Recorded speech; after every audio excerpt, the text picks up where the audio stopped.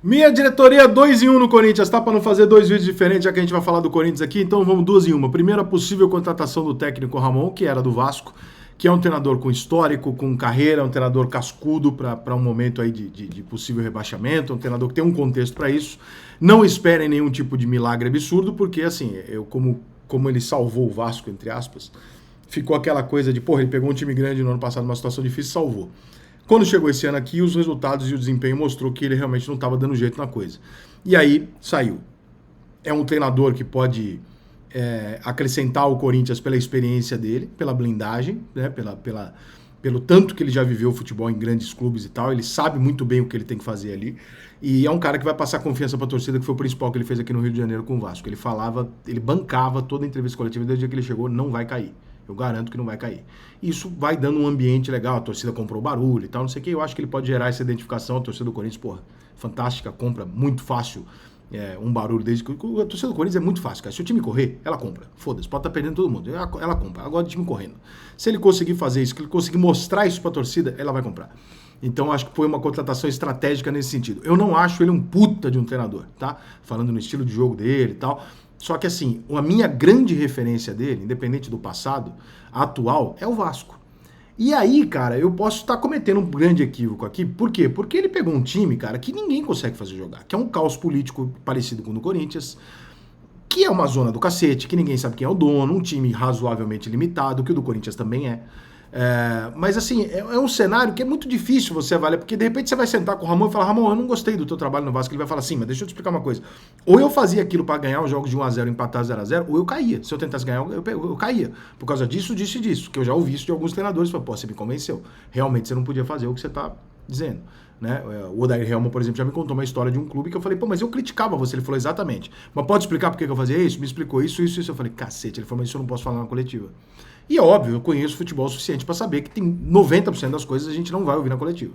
A gente vai saber quando o cara falar: eu não posso ir lá e contar na coletiva que o fulano tá com a mãe doente, o outro tomou um chifre da mulher e, portanto, não podia jogar naquele jogo, tinha que ficar fora porque ele psicologicamente estava abalado, o outro bebeu na noite anterior, não podia porque ia pegar no antidoping, ele não pode falar.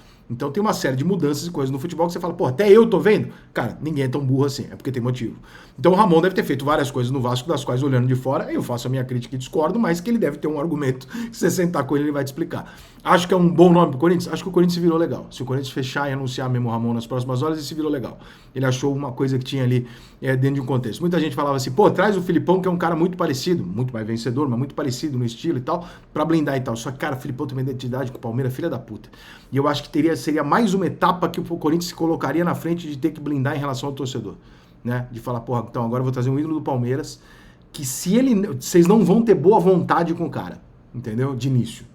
Então, eu acho que o Corinthians fez certo em buscar um perfil semelhante de blindagem e tal, e colocar ali o Ramon e seja o que Deus quiser, vai dar uns 10 jogos aí para avaliar, mas a tendência é ele conseguir equilibrar, sabe? Fazer aqueles pontinhos necessários pro Corinthians pelo menos respirar legal. Ao contrário do Fluminense, o Corinthians não tem time para ter certeza que ele sai dali. O Fluminense tem uma situação bem pior que a do Corinthians hoje. Só que se você olhar pro time do Fluminense, você fala: cara, o Fluminense pode a qualquer momento engrenar e engatar 7, 8 vitórias. É o atual campeão da Libertadores da América com reforço. Então não tem nenhum motivo para você duvidar que o Fluminense é capaz de ganhar 6, 7 jogos.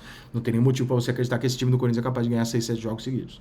Né? Então vai ter que ser na base do equilíbrio ali, de arrumar pontinho aqui e ali, porque senão vai ficar difícil mesmo, ainda mais essa zona política, né? O presidente do Corinthians, que, pelo amor de Deus, cada dia ele se enrola mais numa situação. E a outra coisa, a outra grande notícia, no papo ótimo, maravilhoso, com o meu amigo incrível, ótimo apresentador, ótimo entrevistador, ótimo jornalista, o Benja, o Carlos Miguel, goleiraço do Corinthians, deu uma entrevista bombástica. O que ele disse ali foi muito parecido com o que o Ronaldo disse quando ele não ficou no Flamengo e foi jogar no Corinthians. Por quê? Porque o Ronaldo vai jogar no Flamengo porque ele é flamenguista. E aí o Ronaldo, isso, bom você apertar o botão aqui. O Ronaldo estava lá na arquibancada do jogo do Flamengo, com a camisa do Flamengo, treinando no Flamengo. Então, bom, o Ronaldo vai jogar no Flamengo, é o sonho da vida dele, é o time dele, tá? Não sei o que, de repente ele aparece no Corinthians. O que aconteceu naquela época? De imediato, eu me lembro que todo mundo começou a bater no Ronaldo. Eu tive a curiosidade de ligar para algumas pessoas que conheci e falar: o que houve? Essa história tá mal contada. O Ronaldo quer jogar no Corinthians. Como é que o Flamengo não queria o Ronaldo, caralho? Porra. Ele falou: irmão, tem 2 fatores. Um é o patrocinador. O Flamengo tinha acabado de romper com a Nike para assinar com a Olímpicos. E foi uma coisa meio pré-combinada, foi uma coisa meio já direcionada e tal. O Flamengo queria se livrar da Nike, a Nike obviamente ficou chateada, o Ronaldo é um putativo dela. Então tinha ali uma conversa de bastidor do tipo assim, ó, a Nike prefere que você jogue no Corinthians. Como o Flamengo estava indo para Libertadores, a conversa era meio assim, ó, se o Flamengo for para Libertadores, a gente engole se jogar no Flamengo. Se o Flamengo não for, porra, vai jogar no Corinthians que, né? E aí o Andrés, muito malandro, já tinha esse relacionamento, conversou com a Nike, o cara já chegou no Ronaldo com um projeto ali, com uma proposta pro Ronaldo vir. Nesse período todo, quando saiu, o Ronaldo falou assim, cara, mas eu tive lá treinando todo dia e nenhuma pessoa do Flamengo veio falar comigo sobre me contratar. E aí realmente é difícil. É difícil, porque vai você bater na porta? Vai você, Ronaldo, você, o goleiro titular do Corinthians, vai lá, presidente, queria que o senhor renovasse meu contrato, porque eu não sei, não tem como, irmão, quem tem que ver isso é a diretoria. No caso do Corinthians, fica mal cheiroso? Fica. Por que eu abro mão de milhões? Por que eu permito que um contrato que vai me dar sei lá eu quantos milhões se torne um contrato menor sem sequer procurar o jogador? Ou o jogador tá mentindo, pode ser também. Mas eu não tenho nenhum motivo para acreditar que o Carlos Miguel tá mentindo. Né? Partindo do princípio que eu não tenho nenhum motivo para achar que ele é mentiroso. Então, por que o Corinthians não foi procurar o cara e deixou essa multa diminuir? Será que alguém ganhou com isso? Será que se beneficiou alguém em volta? Será que alguém do processo todo? É possível. Nós estamos falando de futebol, estamos falando de Brasil, né? Agora, quando ele diz eu renovaria e ninguém me procurou, ele bota a diretoria do Corinthians numa situação de bosta. Do tipo, ou vocês mostram agora, ó, teve a reunião no dia tal, ou vocês vão ficar com uma cara de merda do cacete. Porque aí realmente o jogador tem razão. Porra, tô recebendo uma proposta pra sair, pra morar num outro país, pra jogar num time inglês, pra chegar na seleção brasileira, pra virar uma referência, pra seguir o caminho do Alisson e do Ederson. Porra, claro que o Corinthians também daria a ele toda essa visibilidade. Obviamente, ele podia ser o goleiro da seleção via Corinthians também.